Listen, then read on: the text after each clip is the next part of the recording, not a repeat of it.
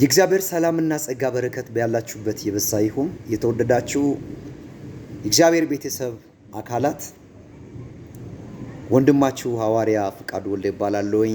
በኢትዮጵያ አዲስ አበባ ከፉሎ ዓለም አቀፍ ቤተክርስቲያን የቤተክርስቲያኒቱ አገልጋይ ነኝ። እግዚአብሔር አምላክ መልካም አምላክ ነው።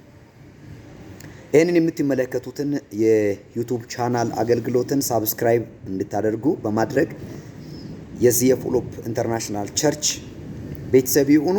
የሚተላለፉ ትምህርቶችን መልእክቶችን በማዳመጥ እንድትባረኩ ለሌሎችም ደግሞ እንድታስተላልፉ በጌታ ፍቅር ጠይቃችኋለሁ። ይህ አገልግሎት ነው። ጌታ የተባረከ ይሁን። ዛሬ ወደዚህ ወደ ዩቲዩብ ቻናል የመጣሁበት ምክንያት መልእክት ስላለኝ ነው። መልእክት አለኝ።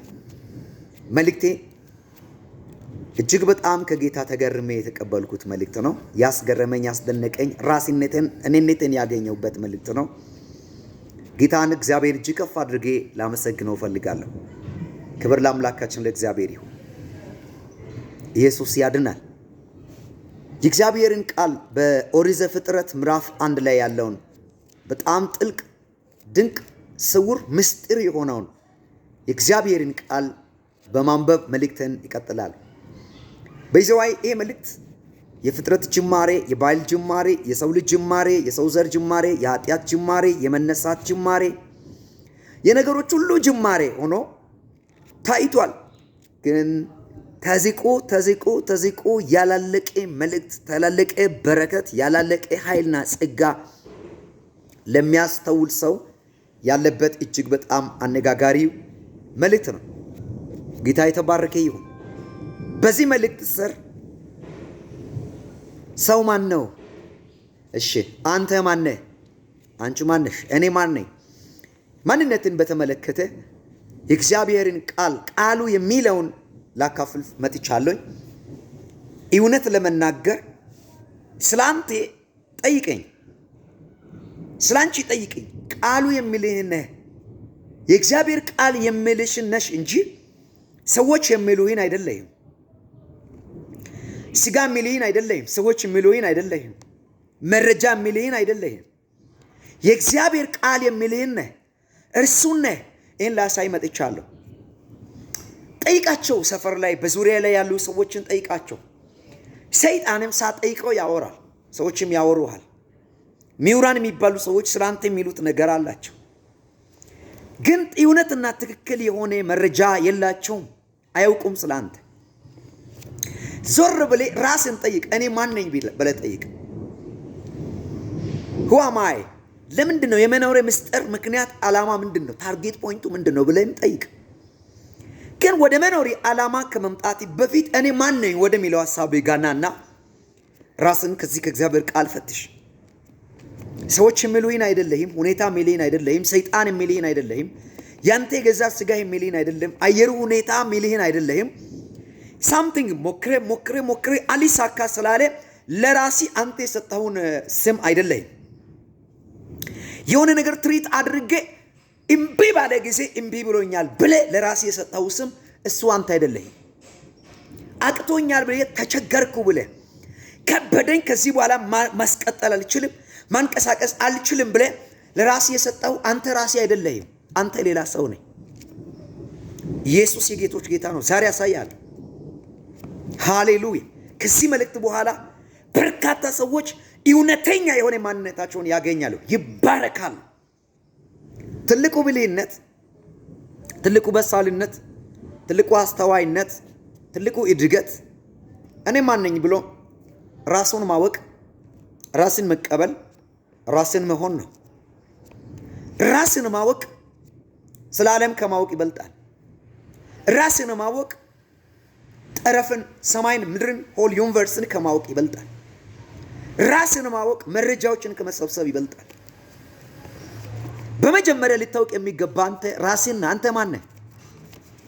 ምናልባት አንዳንዶቻችሁ ሲጸልይ እንኳን ራሳችሁን ስላላወቁ እኔን ቡቱቶን፣ እኔን ቆሻሻን፣ እኔን ወራዳ፣ እኔን ማልጠቅመውን እያላችሁ ሲጸልዩ ነበር። እግዚአብሔር ልክ የሚያሳዝን መስሏችሁ፣ እግዚአብሔር በደንብ ቶሎ የሚገባውና የሚሰማው መስሏችሁ እኔን አመድ፣ እኔን ትል፣ እኔን ቆሻሻ፣ እኔን ወራዳ፣ ማልጠቅመውን፣ እኔን ቡቱቶ ምናምን እንደዛ እያላችሁ ሲጸልዩ ነበር። አይሰማም እግዚአብሔር። ሰይጣን ከኋላችሁ ሆኖ አው በል እንደዚህ እያለ ምላሽ የሚሰጥ ቆሻሻ ነኝ ቡጥጦ ነኝ አመድ ነኝ በሚል ይሄ ምስጢር ስላልበራልን አንዳንዶቻችን አክት የምናደርጋቸው ነገሮች ሁሉ ጤናማ አይደሉም። ታዲያ እግዚአብሔር ቃል ምን ቢል ነው? እግዚአብሔር ቃል ታዲያ ምንድነው ስለ እኔ የሚለው? ማን ነኝ እኔ? ኢየሱስ ጌታ ነው። አንዳንድ ሰዎች ከዝንጀሮ መተናል ብለዋል። every living thing come from pre-existing living thing ብለዋል። እያንዳንዱ ያው ፍጥረት መጀመሪያ ከነበረው ፍጥረት መጥቷል። so human being come from chimpanzee or the seed of monkey ብለዋል። ከዝንጀሮ ዝርያ መጥተዋል ብለዋል። ጭራ ነበረው ብለዋል። gradually ተቆርጧል፣ ጠፍቷል፣ እያደገ መጥቷል። ሰው civilized የሆነ መጣ፣ እየሰለጠነ መጣ ብለዋል። በምንም አይነት ሲስተም ዝንጀሮ ቢሰለጥን እግዚአብሔርን ሊያውቅ አይችልም። I have mind of Christ እኔ የኢየሱስ ልብ አለኝ፣ የኢየሱስ ማይንድ አለኝ። ዝንጀሮ ኢየሱስ ማይንድ የለው። አላነጻጽርም፣ አላስተያይም፣ አላስተካክልም። በምድር አሉ ከሚባሉ ፍጥረታት መካከል መለየቴ ብቻ ሳይሆን I am dominion. I am above from all principalities and dominion through Jesus Christ who crucified on the cross. በቀራንዮ መስቀል በተሰቀለው በክርስቶስ ኢየሱስ በኩል እንደ ፍጥረት ሳይሆን ከፍጥረት ሁሉ የበላይ ነኝ። next to God ከእግዚአብሔር ቀጥሎ ለገዥነት የተፈጠርኩ የእግዚአብሔር ተወካይ ነኝ። ማዳጋያ ይሄንን የሚናገረው ሕያው የሆነ የእግዚአብሔር ቃል ነው። ይሄ ምስጢር ሲገባኝ መኖር እውነተኛ መኖር ታየኝ። አሳችኋለሁ።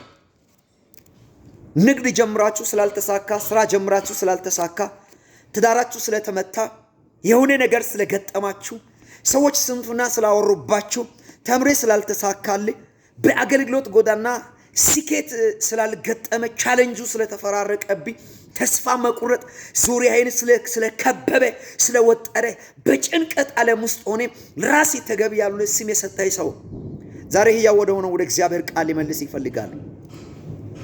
ጤናማ የሆነውን እውነት እነግራለሁ። ሰዎች፣ ሰፈር፣ ቤተሰብ፣ አባት፣ እናት፣ ወንድም፣ እህት አንዳንዶቻችሁ እንደማትቀጥሉ፣ ተስፋ እንደማይኖራችሁ፣ መንገድ ላይ እንደምትቀሩ፣ እየለመናችሁ እንደምትኖሩ፣ ግራ እንደምትጋቡ፣ እንደማይሳካላችሁ ሰይጣንና ወሬኞች ያወራችሁት እናንተን አይደለም ሊነግራችሁ ፈልጋለሁ። እርግጠኛ ሆኜ አዎ፣ እያንዳንዱ ሰው ያየውን ያህል ነው መንቀሳቀሰው። እያንዳንዱ ሰው የእይታውን ያህል ነው አክት የሚያደርገው። የእይታውን ያህል ነው ሳምቲንግ መፍጠር የሚችለው፣ ማንቀሳቀስ የሚችለው፣ መሄድ የሚችለው፣ ሳምቲንግን ክሬት ማድረግ የሚችለው። ከእይታው አልፎ መንቀሳቀስ የሚችል ሰው የለም። አንዳንድ ሰዎች እንደዚህ ይላሉ፣ ልክህን አውቃለሁ ይላሉ። ልክህን እንዴት ሊያውቅ ይችላል ሰው? አይችሉም። መገኘ ራሱ እግዚአብሔር ሆኖ በክርስቶስ ደም መገኘት ራሱ አንድ ጉዳይ ሆኖ ሰው በመሆኔ ራሱ ማንም ሊያውቅ አይችልም። አዎ፣ ስለዚህ አንተ ዩኒክ ነህ። እንዳንተ አይነት ሰው አልተፈጠረም፣ አልመጣም። ለሚጎ ወደ እግዚአብሔር ቃል ሊመለስ። ሃሌሉያ! ኢየሱስ ጌታ ነው። ወደ ዘፍጥረት ኦሪት ዘፍጥረት ምዕራፍ 1 ከቁጥር 26 ያለውን ቃል ላንብብ። እግዚአብሔርም አለ ሰውን በመልካችን እንደ ምሳሌያችን እንፍጠር፣ የባህር ዓሦችንና የሰማይ ወፎችን እንስሳትንና ምድርን ሁሉ በምድር ላይ የሚንቀሳቀሱትንም ሁሉ ይግዙ።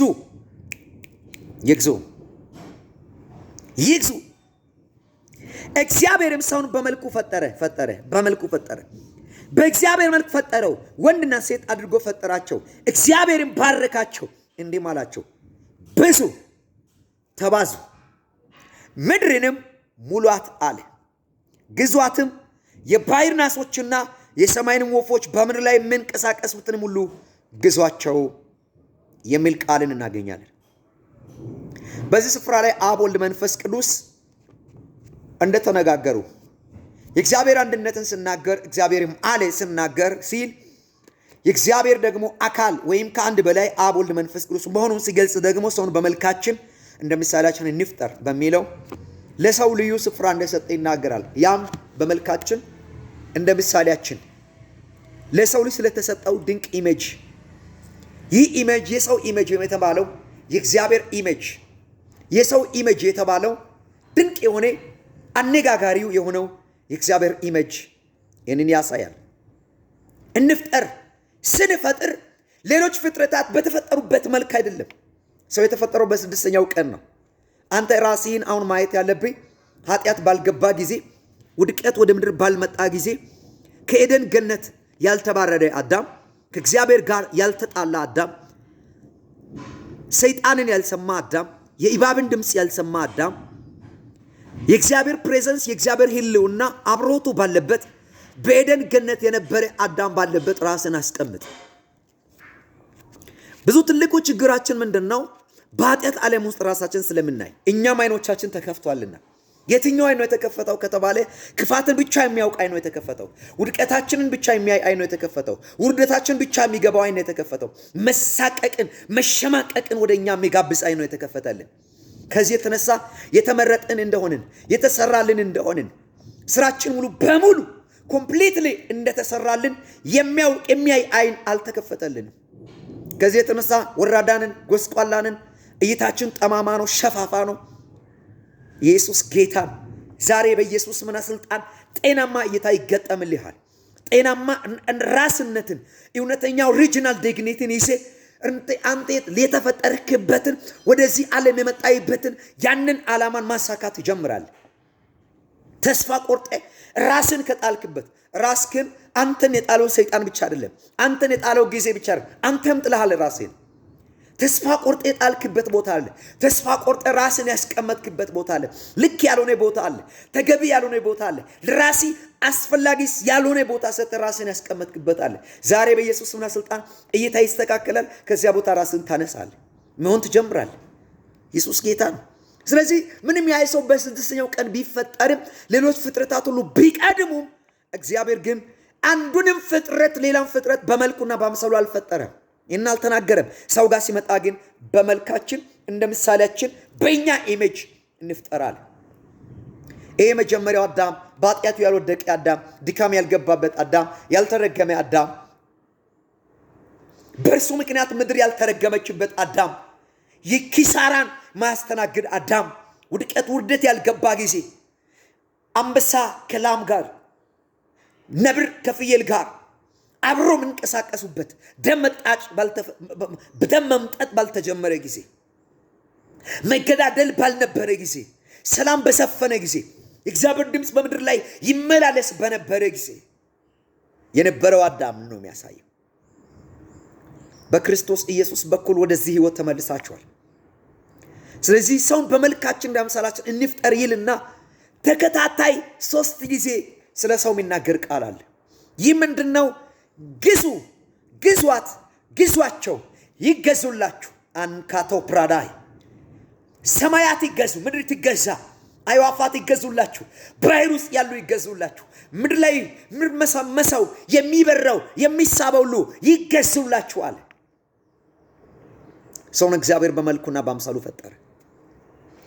አንተ ሰው ከተፈጠረ በኋላ የመጣ ከእንስሳ የመጣ አይደለም። አንተ ራስህ ሰው ነህ። የተፈጠርከው በእግዚአብሔር መልክና አምሳል። ዛሬ እነግርሃለሁ። አጠር አድርጌ ይህንን መልእክትን ተመልሼ በሌላ ጊዜ ይመጣሉ። አሁን ግን የሚነግሪ እግዚአብሔር አንተን ሲፈጥር በእንስሳት መልክ አልፈጠረም። አንተን በአመድ መልክ አልፈጠረም። ኦኬ፣ እግዚአብሔር ሰውን ከምድር አፈር አበጀ ስለሚል አፈር ነኝ ነው የምትለው? ያ ሰው እኮ አፈር ነው እንጂ ሰው አልነበረም። እውነተኛው ሰው አፈር አልነበረም። እውነተኛው ሰው እንዴት አፈር አልነበረም ትሉኝ ከሆነ ያሁኑን ሰውን የሚመስል የሰው ቅርጽ ያለው ከጭቃ የተሰራ ተኝቶ የነበረ የሰው መልክ የሰው ምስል ያለው ሰው ነበረ። ሶሪ ይቅርታ፣ የሰው መልክ የሰው ስዕል ያለው ነበረ። ያ ሰው አልነበረም። እውነተኛው ሰው የመጣው መቼ ነው? እውነተኛው ሰው አክቲቭ የሆነ ሰው፣ ማሰብ የሚችል ሰው፣ መፍጠር የሚችል ሰው፣ ማቀድ የሚችል ሰው፣ ከአምላኩ ጋር መገናኘት የሚችል ሰው፣ ህብረት ማድረግ የሚችል ህያውነቱን የተሸከመ መንቀሳቀስ የሚጀምር ሰው፣ የእግዚአብሔር የመንግስቱን አሰራርን በምድር ላይ ሪቪል ማድረግ የሚችል ሰው የመጣው መቼ ነው? አፈሩ ነው? ከአፈር ተለውሶ የተሰራ ሰው ነው? ያ የሰው ቅርጽ ያለው እጅና እግር ያለው ነው? ኖ፣ አይደለም። እግዚአብሔር ኤን ከሰራ በኋላ የህይወት እስትንፋስን ባፍንጫው እፍ አለበት ነው የሚለው። እፍ አለ የህይወት እስትንፋስን። በዚያን ጊዜ ባፍንጫው የገባው የህይወት እስትንፋስ ሰውን አቆሞ፣ ሰውን በእግሩ ቆመ። ሰው መስራት ጀመረ። ሰው ማሰብ ጀመረ። የእግዚአብሔር ማይንድን ተካፈለ። ወደር የሌለ ዕውቀት፣ ወደር የሌለ ጥበብ፣ ወደር የሌለው ማስተዋል ገባበት። የሚገርማችሁ አዳም ትምህርት ቤት አልገባም። ማጋዳ ሶካ ፕራሸ ይውላችሁ። ይሄ መረዳት ሲገባባችሁ ሕያው ጌታ ምስክር ነው፣ ያልተጠበቀ ዊስደም ይገባባችኋል። ያልታሰበ አሜዚንግ የሆነ ዊስደም ጥበብ ይገባባችኋል። ሀብሎ አልተማረም አዳም ትምህርት ቤት አልገባም። አዳምን ያስተማሪ አንድም ፍጥረት አልነበረም።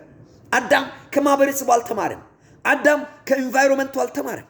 አዳም የተጻፈውን ያነበበው ነገር አልነበረም። አስተማሪ ባይኖር እንኳን የሆነ ማስታወሻን አይቶ አይደለም ያጠናው። እያደገ ያልመጣም አዳም የህይወት እስትንፋስ በገባ ጊዜ፣ የእግዚአብሔር ኢሜጁ በገባ ጊዜ፣ የእግዚአብሔር ምስል በገባ ጊዜ፣ የእግዚአብሔር ማይንዱን በተካፈለ ጊዜ አዳም የህይወት እስትንፋስ ሲገባበት ከዊስደሙ ጋር ገባበት፣ ከጥበብ ጋር ገባበት፣ ከገዥነት ኃይል ጋር ገባበት። ፕራታካቲኖዘው አሜን ገብቶበታል። ስለዚህ እግዚአብሔር የፈጠራቸውን ፍጥረታትን ስም እንዲሰጥ ፍጥረትን አንበሳን፣ ነብር፣ ጅብ፣ ድመት፣ ውሻን፣ ሚዳቆን፣ ቀበሩን ሁሉን ወደ አዳም ያመጣ ነበር። አዳም ለእያንዳንዱ ስም ይሰጣቸው ነበር። አዳም እኮ ታውቃላችሁ ቦታኒስት አይደለም፣ ዚኦሎጂስት አይደለም፣ ግን ስም ይሰጣቸው ነበር።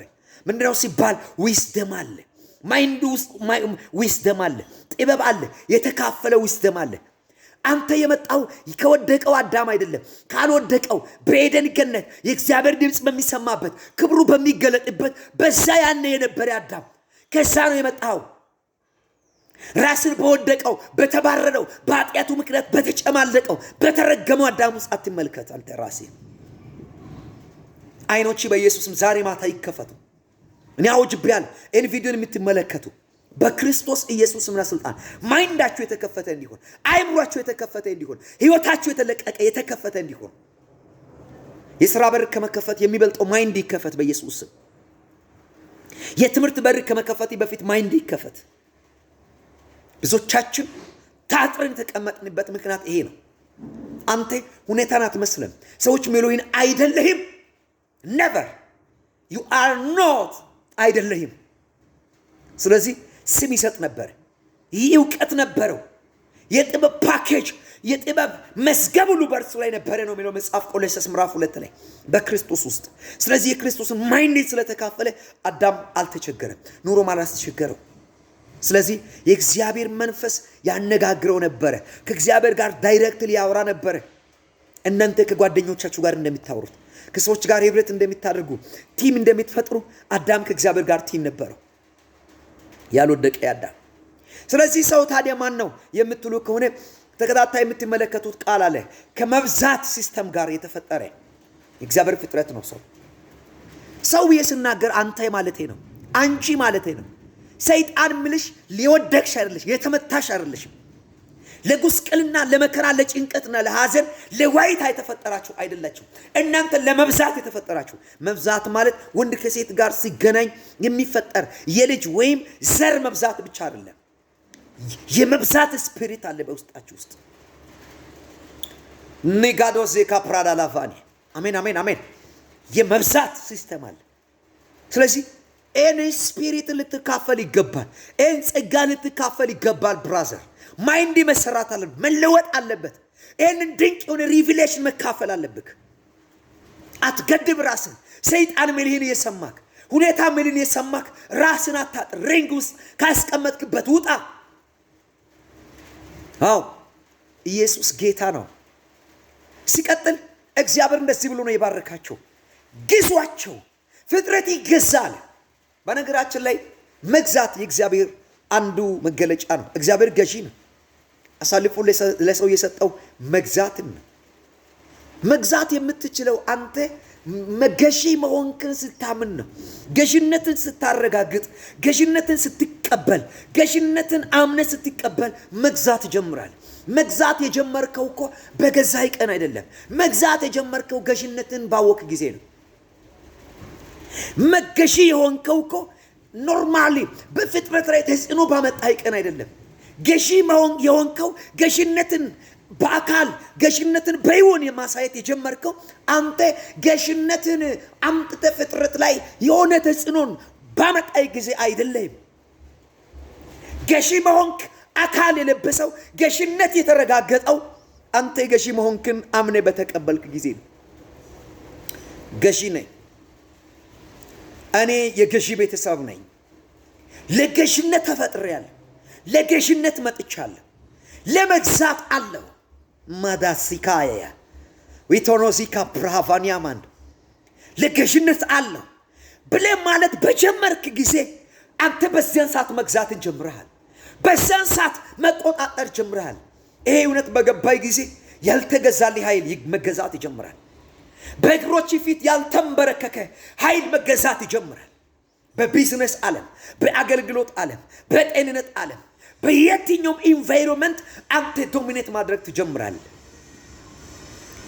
አዎ ገዢነትን ነው እግዚአብሔር አሳልፎ የሰጠው። ስለዚህ ግዙ አለ፣ ግዟቸውም አለ፣ ግዟት አለ። ምድር ትገዛ፣ ፍጥረት ይገዛ፣ ለመግዛት መጥታችኋል አለ እግዚአብሔር። ስለዚህ በጥልቀት ይህንን መልእክትን ይህንን ሀሳብን ላካፍላችሁ እፈልጋለሁ። ሁኔታ እንደሚላችሁ አይደላችሁ። እግዚአብሔር ይህን ሀሳብን በክርስቶስ ኢየሱስ በኩል መልሶላችኋል። ከሙታን ክርስቶስን ሲያስነሳው የእግዚአብሔር አሰራርን ያመኑትንም ጭምር አስነስቷቸዋል። ይህ ማለት በክርስቶስ ኢየሱስ ያመኑ ሰዎች ከክርስቶስ ጋር ከሙታን ተነስተዋል። ክርስቶስ ከሙታን ሲነሳ ከአሸናፊዎች የበላይ ከሚባሉ ከግዛት ከኃይላት ሁሉ የበላይ ሆኖ ተነስቷል። ስልጣናቸውን ከላያቸው ላይ ገፎ እያዞረ አሳያቸው ነው የሚለው። ምኑን? ስልጣናቸውን ወሰደ። ለማን ሰጠ? ወሰደ። ለዚህ ነው ስልጣን በሰማይና በምድር ሁሉ ለኔ ተሰጠኝ ብሎ የሚለው። ይሄንን ስልጣን እናንተ ተካፍላችኋል። ከክርስቶስ ጋር ከመቃብር በተነሳችሁ ጊዜ፣ ከሙታን በተነሳችሁ ጊዜ ክርስቶስ የተካፈለው ስልጣንን ጭምር ተካፍላችኋል። ማጋዶሶ ካፕራላቫኒ አሜን አሜን አሜን። ክርስቶስ የተካፈለውን ኦቶሪቲውን ተካፍላችኋል። የበታች አይደለህም፣ የተዋረድክ አይደለህም። ዛሬ እነግርሃለሁ፣ አንተ ጅራት አይደለህም፣ ቀንድ ነህ እንጂ። አንተ የኋለኛ አይደለም፣ የፊት ነህ እንጂ። የበታች አይደለህም፣ አንተ የላይኛው ነህ። የመጣው እስትንፋስ የተገኘው ህይወት የተገኘው ራሱ ከላይ እንጂ ካፈር አይደለም። ማይንዲ በኢየሱስ ስምና ስልጣን በእግዚአብሔር ቃል የተሰራ ይሁን። የጨለምተኝነት አስተሳሰብ፣ ድንቁርና፣ አለማመን፣ አለማወቅ በኢየሱስ ስም የተቆረጠ ይሁን። አንተ ሁኔታ የሚልህን አይደለህም፣ ሰዎች የሚሉህን አይደለህም፣ መረጃ የሚላችሁን አይደላችሁ። እናንተ እግዚአብሔር የሚላችሁ ናችሁ። ምናልባት ይህን ቪዲዮ አሁንም የምትከተሉ ህይወታችሁ ላይ ስንፍናን ስታወጁ የነበራችሁ፣ ጸሎታችሁ ጠማማ፣ ንግግራችሁ ጠማማ የሆነባችሁ ከዚህ ሰዓት ጀምራችሁ ራሳችሁን ከጣላችሁበት አንሱ። በእግዚአብሔር መልክና አምሳል የተፈጠራችሁ የእግዚአብሔር ወኪል ናችሁ በምድር። you are here on the earth to reveal heaven on the earth። በምድር የምትኖርበት ምክንያት የእግዚአብሔር ኪንግደሙን ሰማይን መንግስት ሰማያትን በምድር ለመግለጥ ነው። ሌላ ዓላማና አጀንዳ የለም። መንግስቱን መግለጥ ትችላለህ። የእግዚአብሔር ሐሳብን መለኮታዊ አጀንዳን ምድር ላይ ማንጸባረቅ የምትችል አንተ ልዩ የእግዚአብሔር ወኪል ነህ። ሰማይን በምድር የምትወክል፣ እግዚአብሔርን በምድር የምትወክል የእግዚአብሔር ተወካይ ነህ። አንተ የተጣልክ አይደለህም። አንቺ የተጎዳሽ፣ የተሰበርሽ፣ ማይከናወንልሽ፣ የማይሳካልሽ፣ ነገርሽ ተበላሸብሽ አይደለሽም። ምናልባት የሆነ ነገር ሞክረሽ ሌላ ምላሽ ስለመጣ አይሳካልኝም ብለሽ ደምድመሽ ከሆነ ተሳስተሻል። ጠላት ያወጀብሽን አዋጅ ሰምተሻል። ዛሬ እነግራለሁ፣ ለገዥነት የተፈጠርሽ የእግዚአብሔር መለኮታዊ አጀንዳን፣ እግዚአብሔር መለኮታዊ ፕሮግራምን ልታንቀሳቀሱ ወደ ምድር የመጣችሁ የእግዚአብሔር ወኪሎች ናችሁ። በክርስቶስ ኢየሱስን በእግዚአብሔር ቃል በዚህ ቃል እንድትባረኩ አሳስባችኋለሁ። ወደ እግዚአብሔር ቃል ተመለሱ። አንተ ሁኔታ የሚልህን አይደለህም፣ መረጃ የሚልህን አይደለህም። ዘመናችሁ በኢየሱስም የተባረከ ይሁን። ይወዳችኋለሁ። በከፍታ እንገናኛለን። ሻሎም